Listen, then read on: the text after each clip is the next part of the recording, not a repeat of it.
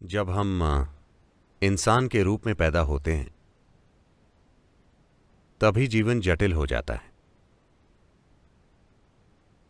अगर हम धरती के किसी दूसरे जीव की तरह यहां आए होते, Stomach full, life settled.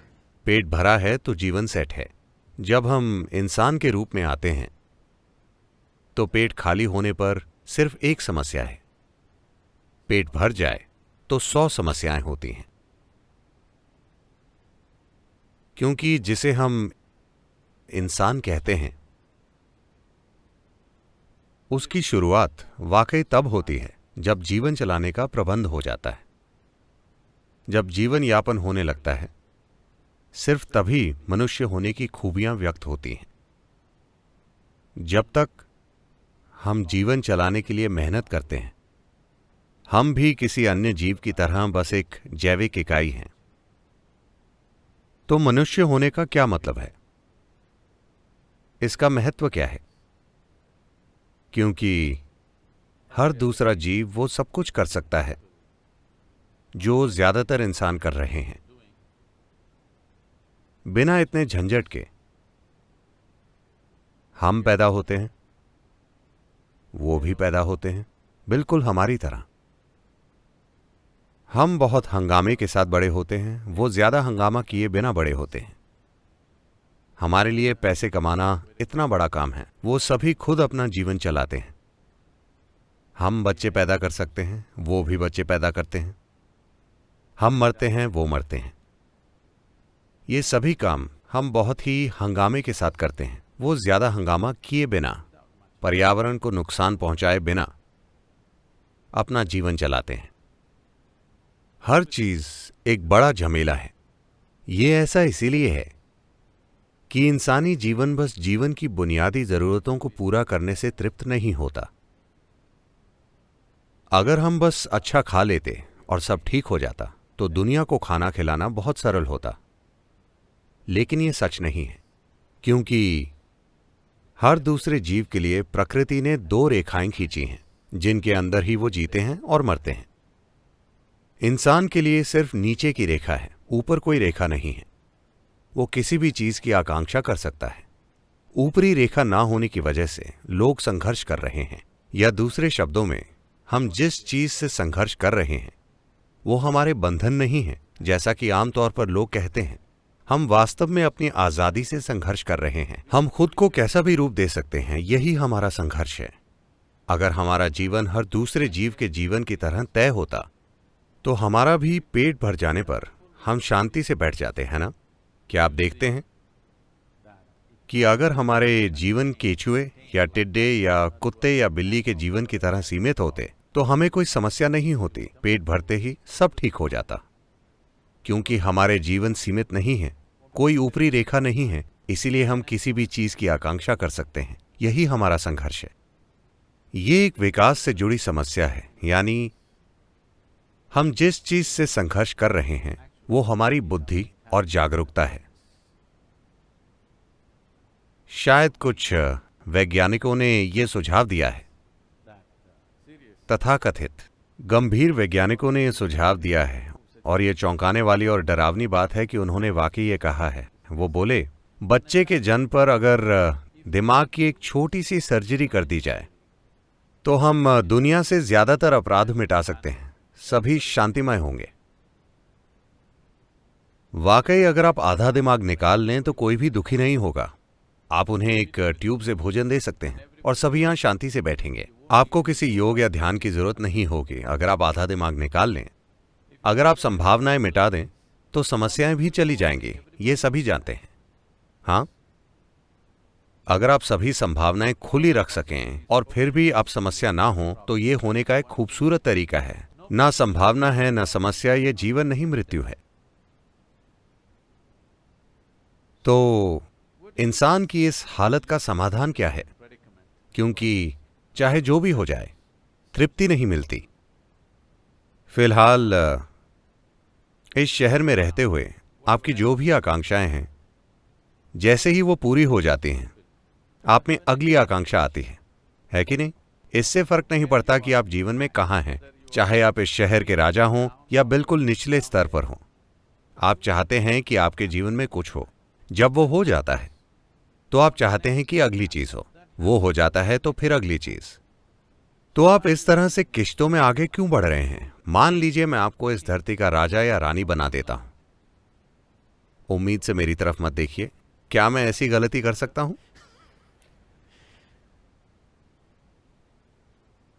मान लीजिए हम आपको इस धरती का राजा या रानी बना दें, क्या आप तृप्त हो जाएंगे? मैं आपसे पूछ रहा हूं, क्या आप तृप्त होंगे? नहीं, आप दूसरे ग्रह और सितारे और आकाश गंगाएं पाना चाहेंगे, क्योंकि इंसान में कुछ ऐसा है जो किसी भी सीमा में बंधकर जीने के लिए तैयार नहीं है। वो असीम संभावना की इच्छा रखता है। अगर आप असीम को खोज रहे हैं तो उसे भौतिक साधनों के द्वारा खोजना निराश करने वाला काम है। आपकी आकांक्षा जबरदस्त है, क्योंकि अगर आप वाकई इसे देखें, यहां बैठे हुए अगर आप वाकई इसे देखें, मान लीजिए कि आप इसी समय इस धरती के राजा बन जाते हैं और आपको तृप्ति नहीं मिली, तो हमने आपको सौर मंडल का राजा बना दिया, तृप्ति नहीं मिली। हमने आपको ब्रह्मांड का राजा बना दिया, तृप्ति नहीं मिली। अगर आप वाकई इसे देखें तो आप जिसकी इच्छा रखते हैं वो अनंत है। आपकी आकांक्षा बहुत अच्छी है, लेकिन तरीका तकलीफ देने वाला है। यानी मान लीजिए आज आप अपनी कार चला रहे थे और आपने चांद देखा और आप में वहां जाने की इच्छा हुई। कभी कभी विज्ञापन इतना बढ़ चढ़कर बात करते हैं कि वो बोले अगर आप वाकई एक्सेलरेटर पूरा दबा दें तो आप चांद तक जा सकते हैं। अगर आप बहुत जबरदस्त कोशिश करें तो आप चांद से परे जा सकते हैं, लेकिन चांद पर नहीं पहुंच सकते। हां या ना? क्योंकि कार चांद पर जाने के लिए उचित वाहन नहीं है। आपको चांद पर जाने के लिए दूसरी तरह के वाहन की जरूरत है। इसी तरह से यहां हम भौतिक तरीकों से अनंत बनने की कोशिश कर रहे हैं। आकांक्षा बहुत अच्छी है, लेकिन वाहन तकलीफ देने वाला है, क्योंकि भौतिक की प्रकृति ऐसी है। Physical means it comes with a defined boundary. भौतिक का मतलब है सीमाओं का तय होना। सिर्फ सीमाएं तय होने की वजह से ही हम इसे भौतिक शरीर कह सकते हैं। अगर मैं इसकी सभी सीमाएं हटा दूं, ये हर जगह हो, तो क्या आप इसे एक भौतिक शरीर कह सकते हैं? भौतिकता मतलब भौतिकता की बुनियादी प्रकृति है एक तय सीमा। एक सीमा के बिना भौतिक प्रकृति नहीं हो सकती। लेकिन फिलहाल आपके भीतर कुछ ऐसा है जो लगातार सीमाएं तोड़ने की इच्छा रखता है। बस खुद को देखिए। मान लीजिए हम आपको एक 5x5 के कमरे में कैद कर दें, तो आप बहुत दुखी होंगे। कल हम आपकी मुक्ति की घोषणा करें और आपको 10x10 के कमरे में डाल दें, तो एक दिन बहुत अच्छा लगेगा, लेकिन आप फिर से दुखी हो जाएंगे। परसों हम आपको 100x100 के कमरे में डाल दें, तो आप 3 दिनों तक बहुत अच्छा महसूस करेंगे, लेकिन फिर से वही होगा। मैं ये कह रहा हूं कि इससे फर्क नहीं पड़ता कि सीमा कितनी बड़ी है। जैसे ही आपको एहसास होता है कि सीमा है, तो आप उसे तोड़ना चाहते हैं। हाँ या ना? इंसान की यही प्रकृति है। इससे भी फर्क नहीं पड़ता।